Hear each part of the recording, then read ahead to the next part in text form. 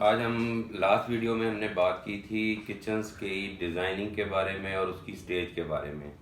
आज जो material kitchen में यूज़ होते हैं उनके बारे में हम डिटेल से बात करेंगे। तो लास्ट टाइम जो किचन हमने दिखाया था बना हुआ, उसको बनाने का तरीका, उसकी स्टेज कैसी है, डिज़ाइनिंग पॉइंट्स, वो मेन चीज़ें थी जो क्लाइंट को स्टेज वाइज यूज़ करनी है डिज़ाइनिंग पॉइंट ऑफ व्यू से। आज हम टोटल जो बात करेंगे वो मटेरियल के ऊपर करेंगे कि किचन में कौन कौन से मटेरियल यूज़ होते हैं और जिनमें बजट आपका मेन फैक्टर है, जिसमें क्लाइंट जो है अपना देखता है कि मैं किस प्रोडक्ट में जाऊं, किस क्वालिटी में काम कराना चाहते हैं। तो उसमें बेसिकली जो चीज़ें यूज़ होती हैं, कुछ चीज़ें ऐसी हैं जो आपको बनी हुई मिलती हैं। बनी हुई जो चीज़ें हैं उनमें आप ये जस्ट लाइक ये ग्लास में एक पैनल है। अब इसके डिफरेंट कलर्स हैं जो अवेलेबल है मार्केट में लोकल में, तो इसको आमतौर पे लोग बोल देते हैं यूवी ग्लासी शीट। अब इसके जो कलर्स हैं वो क्लाइंट की चॉइस पे है, 8 10 12 जितने भी वो यूज़ करना चाहे। अगर इसको बड़े शटर में देखें तो ये जो चीज़ें लगी हैं ये कलर जो लगे हुए हैं। अब इसमें ये ऑलमोस्ट ज़्यादातर ग्लॉस में लगे हुए हैं। इसको टू टोन में भी कर सकते हैं, ये मैट लगा हुआ है इसका, ये ग्लॉस लगा हुआ है। कम्बिनेशन आपने बनाना है तो उसके अंदर आप चीज़ों को देख लेते हैं कि कम्बिनेशन वाइज जब डिज़ाइनिंग करते हैं तो कौन सा कलर किसके साथ सूट करता है करने में काम। इसी तरह ये मैट में लगे हुए हैं नीचे,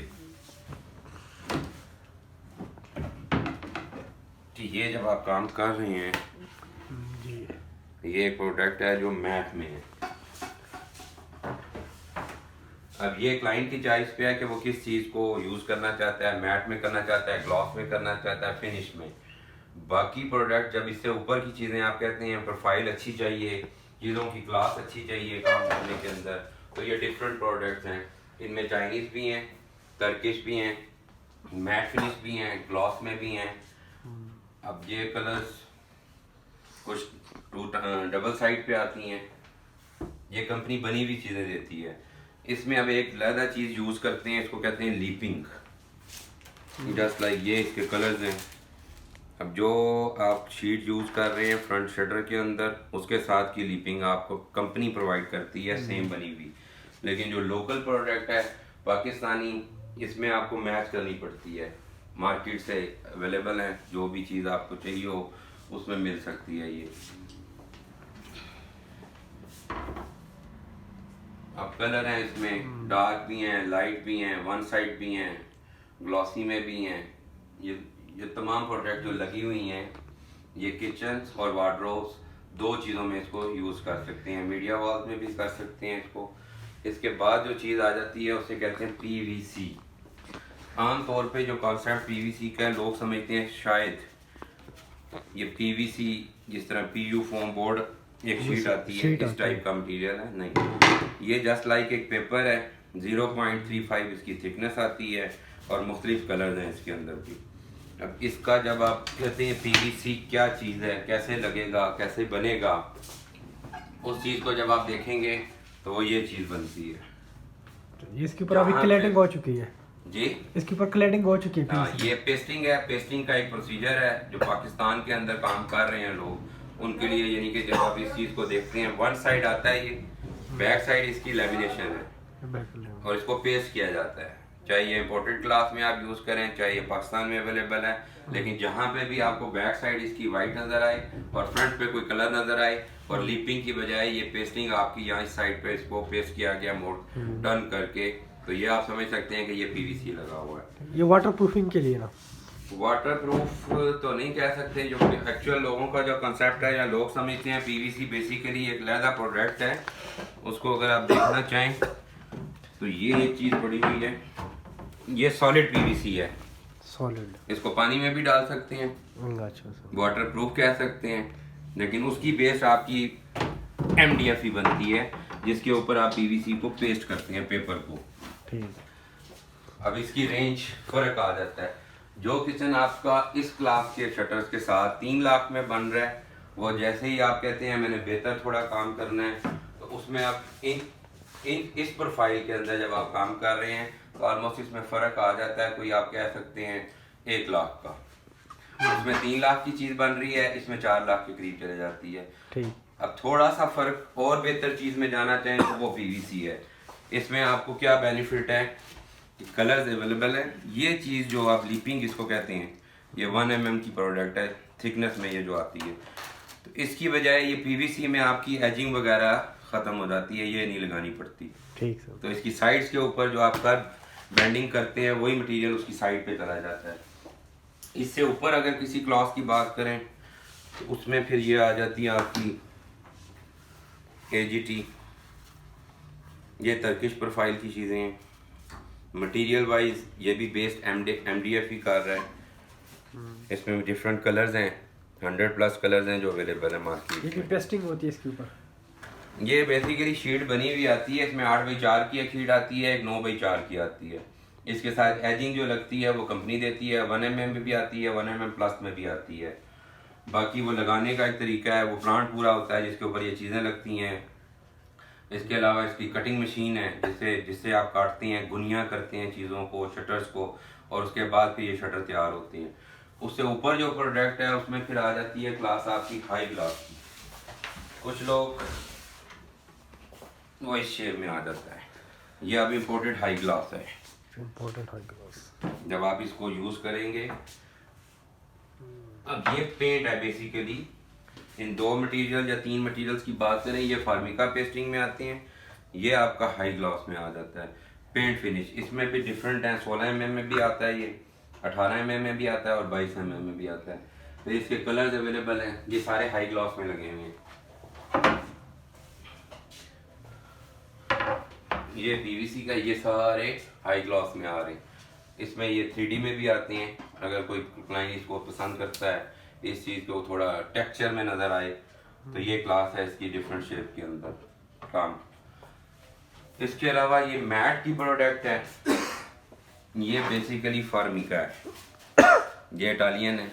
यूरोपियन स्टैंडर्ड पे जो चीज़ें बनती हैं उसमें ये चीज़ें यूज़ की जाती हैं। इसकी थिकनेस इस तरह ये पता लगता है इसकी क्वालिटी का। अब ये इसकी पेस्टिंग है, पेस्टिंग के बाद ये चीज़ बन जाती है। इसमें भी पेस्टिंग खुद से की है। तो ये मार्केट समेत पेस्टिंग आती है या आप उसके बाद ये फिर हो जाती है पेस्टिंग? नहीं, पेस्टिंग तो खुद करते हैं, खुद करते यानी कि जैसे जस्ट लाइक पीवीसी का जैसे आप यूज़ कर रहे हैं, जी, तो ये आपका पीवीसी चाइना से इंपोर्ट किया गया है। पेस्ट उसको यहाँ पे भी कर रहे हैं, बाहर से बने हुए भी आते हैं शटर्स, इसके किचन्स भी बने हुए आते हैं, शटर्स भी बने आते हैं। तो ये प्रोडक्ट भी यहाँ ही पाकिस्तान में सारा असेंबल किया गया।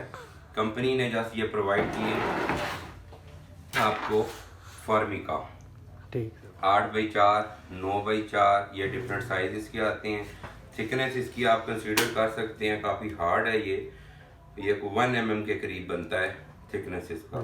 अब इस मटेरियल के अंदर आप किचन्स भी बना सकते हैं, डोर्स भी बना सकते हैं और वार्डरोब्स भी बना सकते हैं। लेकिन बाकी प्रोडक्ट की निस्बत इस प्रोडक्ट की कॉस्ट थोड़ी सी ज़्यादा है। लेकिन आर्किटेक्चरल जब डिज़ाइनिंग उस कॉन्सेप्ट पे बात करें तो ये मेन जितने कलर्स लगे हुए हैं ये आर्किटेक्चरल कलर्स में आती हैं।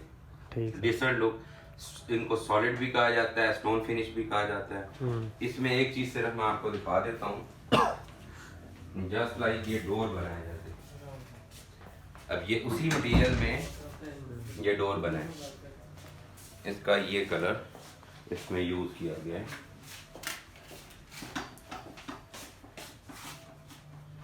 अब ये कलर इसमें अवेलेबल है, डोर का डिजाइन है, ये ट्रिम लग जाती है, इसकी डिटेल्स फिनिश इनसाइड इसके हनीकॉम्ब बोर्ड डाल सकते हैं, स्ट्रिप बोर्ड डाल सकते हैं, MDF डाल सकते हैं, नॉर्मल वुड का फ्रेम आ जाता है, ऊपर इसके आपका आदि का MDF लग जाता है और ऊपर ये फार्मिका पेस्ट कर दिया जाता है इसके। ठीक है।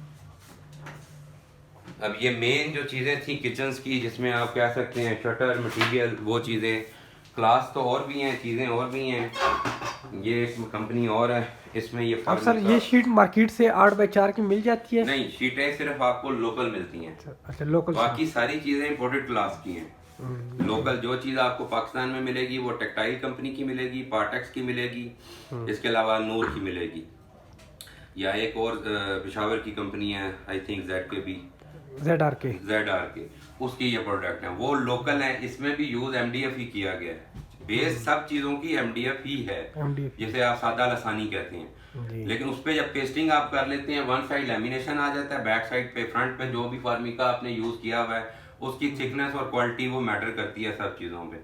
तो पाकिस्तान में जो प्लांट लगे हुए हैं उनकी फिनिश ज़रा डिफरेंट टाइप की है, बाहर से जो चीज़ें आती हैं वो क्लास में एक बन जाती है कि आप उस प्रोडक्ट को जब यूज़ करते हैं वाटर प्रूफिंग के लिहाज से, क्वालिटी के लिहाज से वो ज़रा डिफरेंट नज़र आती हैं।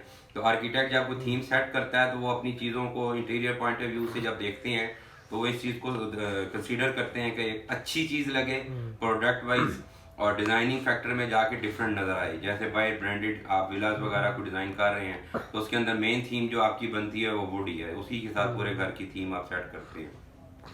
तो नॉलेज अगर आपके पास है और आपको इस बात का पता है, अब पॉलिश के बगैर इस कॉन्सेप्ट को लोग अगर समझ लें इस चीज़ को कि अब जितना भी काम आप कर रहे हैं उसमें आप बिल्टन चीज़ें जो लफ्ज़ है यूज़ करना, उसका मतलब यह है कि ऐसी चीज़ें जो जस्ट बाहर से तैयार की जाए, उसके साइज लिए जाए, उसके डिज़ाइन बने और ला के लगा दी जाए, बजाय इसके कि फिर उसमें आप पॉलिश का फैक्टर डाल लेते हैं, फिर पेंट आ जाता है, फिर एनुअली या उसमें आप साल, 1 साल, 2 साल के बाद दोबारा मेंटेनेंस की प्रॉब्लम्स निकल आती हैं। तो वो चीज़ें फिर बाद में जाके मुख्तलिफ प्रॉब्लम्स क्रिएट करती हैं। तो ये जितने भी मटेरियल्स हैं इसके अंदर आपको एक चीज़ का पता है, एक दफ़ा आपने लगा दी है, अगर कोई सीपीज का इशू नहीं आ रहा तो अदरवाइज इसमें कोई मेंटेनेंस नहीं है। मतलब हार्डवेयर में कह सकते हैं उसमें जिस तरह ये लास्ट हमने दिखाया था,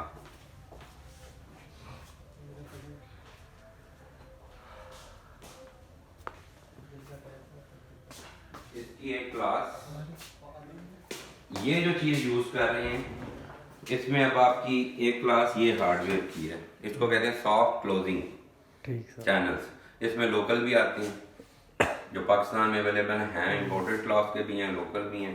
तो इसके अंदर आपका जो सॉफ्टनेस बेसिक ये मकसद है इसको लगाने का। इसमें रॉड वाले आते हैं और बगैर रॉड के जो यूज़ करते हैं आप चीज़ों को। बेसिक इसका साइज जो है उसके हिसाब से इसको फिर लगाया जाता है। ये आम चैनल से थोड़े कॉस्टली हैं, लेकिन ये ड्रॉज वगैरह के अंदर जहाँ पे भी आप इसको यूज़ कर रहे हैं, ये एक हार्डवेयर की एक प्रोडक्ट ये थी। इसके अलावा हिंजीज हैं, इसमें को 3-4 किस्म के आते हैं।